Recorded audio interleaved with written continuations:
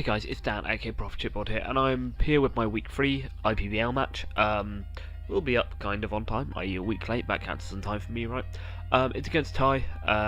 He's not a divisional rival, but he's a conference rival. But yeah, he's got like a really scary team. Let's hop into it.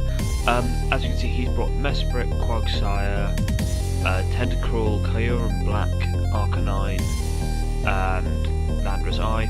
On top of that, he also has Sizzle, Gorgeous, Fairy Steel Core, along with I can't remember what grass type, but it's not one which deals well with rain, so we didn't really expect it to come.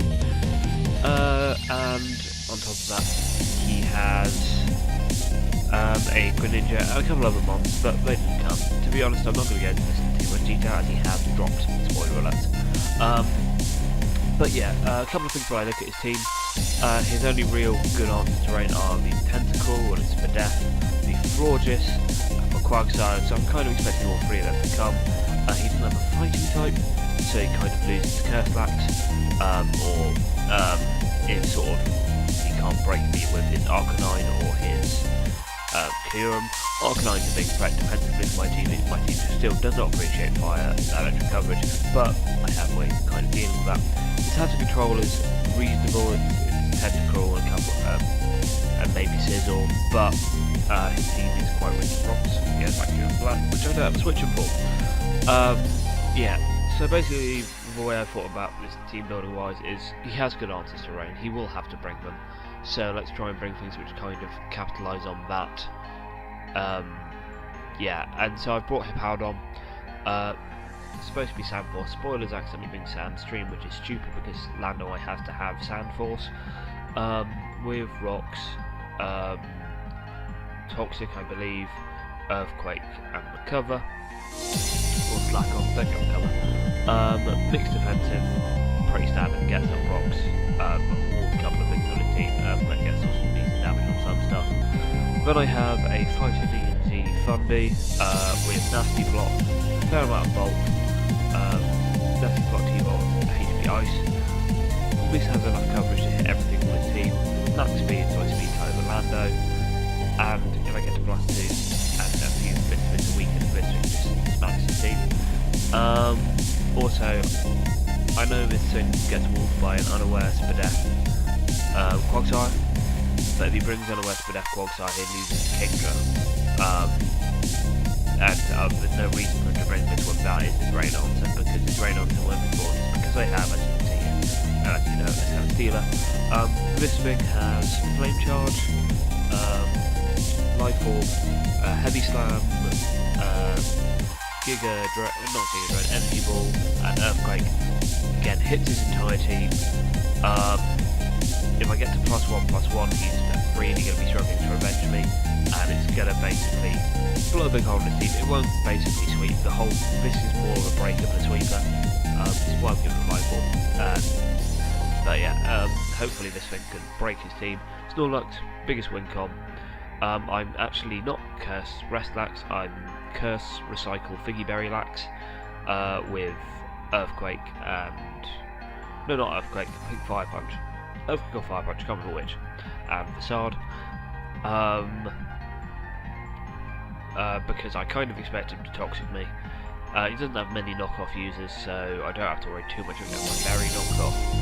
And this thing, basically, if I can set up a couple of curses, it can take hits from Kyurem. Basically, I'm Fizz Death, so at a +1, I take a free shock. There's no point being big fat because it's terrible. At +1, I take a Z free shock and basically recover enough with my Figgy Berry so that he can't kill me next turn, and I just set up in his face. That's the idea. I've had up Kabutops because Kabutops, I wanted a second blocker, I wanted some kind of hazard removal because he does have toxic spikes. I haven't got hazard removal yet, so he may decide to try and hazard stack me. That's the real reason for it. Also, stick a choice scarf on it, outspeeds a lot of his team, and as I've said, rocks are going against his team, so Stone Edge will do some damage. And finally Emboar, because Emboar is a really good breaker here. I have, sorry if you saw that, I have a Sugarberry. It was tossed up between Sugarberry and Scarf, but as I already have Scarf and Kabutops, so I decided not to go for that. He doesn't have great flare bit switch-ins. Once Arcanine goes down, that's defensive, and once Quagsire goes down. I have Grass Knot for Quagsire, flare bits for basically everything else, and then I can't remember exactly what, but Superpower and Sucker Punch, I believe. No, I have not Sucker Punch. Sorry, I have Earthquake to hit that Arcanine. So yeah, and Sugarberry is so I can take an Earth Power from Kyurem. If he's not going to just click Outrage on me, I can take a hit from Lando. Potentially take a hit from a Quag, but I definitely outspeed that thing. And it just does a good job of checking a lot of his big threats, and it's a hard stop to Sizzle, which could potentially come otherwise, but can't really touch me Zelly, so I don't really expect it. But yeah, I'm going to go into this. I believe I lead off with Poweron, because I want to do, because I like getting up rocks. So yeah, let's see how this goes. He is 2-1 at the moment, I believe. No, he's 1-1. This is week 3. Yeah, he's 1-1. Could be spoilers, could not be. He leads off with Mesprit. I assume he's going to get up rocks. I just believe I just trade rocks or a Toxic. As the moment Sandstream appears, I realise I'm an idiot because Landorus. He hits me with a Toxic, which is annoying. It puts me on a timer, but it's good prep on his part. And this is kind of a problem because Powdon is one of my better answers to the Sandorus. But I get up rocks, which is really nice. Kind of predicting him to go into, because you wouldn't expect me to Earthquake now. I kind of expect him to either click Energy Ball or some other coverage move for this. Maybe just Psychic or get up his own rock. So I go into Snorlax thinking, this thing can't touch me. I can set up a couple of curses and basically win. As he Stealth Rocks and I don't. Oh no, I stay in because I'm dumb. Yes, I stay in to Toxic this thing. Yeah. That's what I do next turn, predicting him to click a coverage move or U-turn or something like that. Because if he does U-turn out, he's either going to go into his Tentacle, which I can set up on, or one of his big offensive threats, all of which don't really appreciate taking rocks damage. And also, I don't want to stay in there anymore because, you know, I'm Toxic. Come on, guys. Not that much stuff. Oh yeah, he has Greninja, I believe. No, he doesn't have Greninja. Oh, that's the water type. He had something. I can't remember what it was. Basically, he had a lot of... He had a Shuckle, that's it. I think. Can't remember if he still had. Basically, he had a lot of ones, which he had a really good team. So yeah, I go into my... Yeah, you just saw what happened. I go out into my Snorlax and get knocked off. And this is a huge problem because my best win con just became useless because I forgot that Mesprit got knockoff. I didn't think it would be something which it would run. I didn't think it didn't expect it at all to be something that they clicked. Held on. But yeah, that's Toxic comes out as I first up. I kind of expected the Toxic but again, I have to start on this thing. I'm now, because I know this is not my recovery, it's got very good so instead, yeah, I'm just going to curse up, I'm just going to get some damage off something, and I'm going to potentially kill something, whatever comes in. So yeah, as we can see, yeah, again, I just got really lucky, but yeah, Toxic racking up on the Mesprit. If it stays in, it dies. If something else comes in, it gets to it KO'd. Which because he didn't bring the Scissor, which is his only sort of normal resist, goes into Arcanine. The fact that it's Intimidate, which is not a huge surprise, takes me to neutral, which is not a big problem because this damage reveals that he's pretty offensive. But unless he's Adamant Choice Band close combat, he can't kill me with any one hit because of my defense investment. So I'm just going to stay in and try and kill this thing. Unfortunately, he is Adamant Choice Band close combat. Spoiler alert. I didn't actually check this. And as I go into my Kabutops, I'm so certain he's going to go into his Quagsire because his Tentacle's still healthy. I'm so certain he's going to sack this.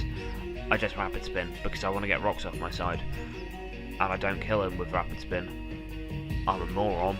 And I've basically lost 2 Mons for not really that much reason. Yeah. Well done me. And this is big because this is one of my... This thing revenges...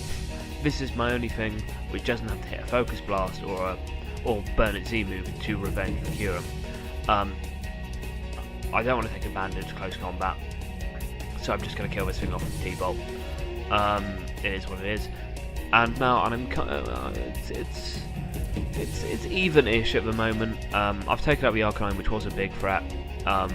Particularly, it's his best really only way of taking Celesteela. I'm going to withdraw because I don't want him mirror coating me. Or I might Nasty Plot. Do I Nasty Plot? I could Nasty Plot. It's one or the other. Yeah, I Nasty Plot. Because if he stays in, then I know he's basically mirror coat. And basically if I get to +3, he doesn't, even AV doesn't live. Here I just want to scout the damage. I don't think this thing can really touch me, but he does have a haze, so yeah, that's kind of annoying. He reveals that he's basically max for death. Not unaware though. So potentially I can break through this later. However, I don't want to take an Ice Beam, which I assume this thing will have. So I can get into my Chernobyl, which will take an Ice Beam. Oh no, he's got Scald. That's less than ideal. Oh, he gets the burn. That's even less than ideal, and now I've basically sacked my 2 biggest win cons.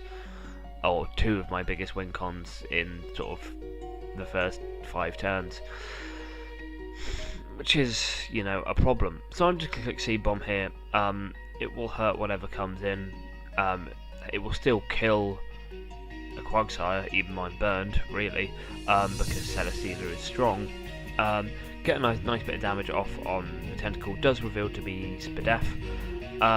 So here I'm basically going to set up a Flame Charge. And my reason for this is, well, this thing's useless. If I can get it to and if I can set up a Flame Charge, I can outspeed the Kyurem and stop it from revenging me. I can basically outspeed everything apart from the Scarfer, which is probably Scarf Lando, because that's one of the better ways of revenging a Thunderous T. But yeah, I get that up. He might stay in, but he does stay in because Seed Bomb doesn't kill him from there. But I get Earthquake, and I'm at +1/+1. Unfortunately, however, I am quite low because of the burn, because of the Life Orb recoil I've taken. If I brought Expert Belt like I almost did, then I still could have killed this thing, and I would be much higher. If he hadn't got the burn, I would be much higher. Basically, if he hadn't got the burn first turn, which he did, which was super unfortunate, I would be out of range of a Scarf Stone Edge. But I'm not out of range of Rock Slide either. That crit absolutely did not matter. But I now know 100% guaranteed he is Scarf, and he's locked into Rock Slide. I'm just going to put my Rock Straight up because he may have just got rid of them. I don't really lose anything from putting Rocks back up, and that starts to chip away at that thing, chips away at the Kyurem, which is just good times all round. He goes up to his Quagsire. Oh no, I doubled. Why didn't I put Rocks up? Oh, I can go double for him to get some defensive pressure. I don't really understand that play, to be honest.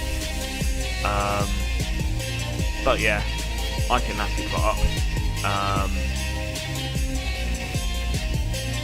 That's the thing. And basically, it's now a game of 50-50s of how do I break this thing. I don't want to use my D move on it, but I think I will have to break it. But,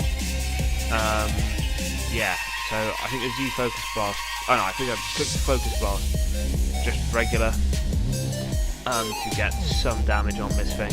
Almost kills. He goes for Scald, rather than Ice Beam. And basically, had he clicked Haze there, I can either click Nasty Plot again or what have you. But here, I know he's in range now, and I can basically kill him with the Z Focus Blast, and that's great because I've broken my Quagsire. Which is one of 2 things basically the only thing which can take hits from this anymore on his team. He still has Sando, which is Scarf and a huge threat. He still has Curum, which is a huge threat. And because he's got Scarf Lando, I'm 99% sure he's the free shock. As he goes out into his Sando to revenge me. As he kind of has to. Yeah, is it just for Sando? No, he's got something else. He's got the Mesprit, which is basically fodder at this point. Oh, there's probably freeze there. So I go into my Hippo, and this is the turn where I go Rocks. He can't mess around with this threat. I'm at +2. He has to click Rock Slide. That's just what it is. Gets another crit. Bit annoying. Doesn't really affect the game. Shows you how my luck has been a little bit this season. But yeah, just a wonderful threat. Now, Sander's gone as well, which is nice, as I can get up to my Rocks. As he goes out into the Mesprit to basically suck it off, I believe. I believe I go hard into my Thundy here, because I either recover or I go hard into my Thundy, one or the other. Because he's revealed knockoff. I don't think he's going to have knockoff plus Ice Beam to attacking moves. So it's unlikely. And basically, I know I can take a knockoff with my Thundy. I didn't calc with damage. Should have calced with damage to work out what more about his threat. But I go into my Thundy, get a little bit more pressure on, and keep this thing reasonably healthy enough so that I can potentially take a hit. From a Scarf Outrage from a Thundy, Scarf Outrage from Curum, sorry. As he sets up Rocks, and this is great because I'm here for basically in for free. Thunderbolt does not kill from here, so I think I just nasty plot up just for fun. He's not going to risk his Scarf. What's his name? Or no, what I should have done is click HB Ice into Thunderbolt. Because HB Ice into Thunderbolt killed, basically. I'm 99% sure with the toxic damage. But Scarf Thundy is a threat. He toxics me, and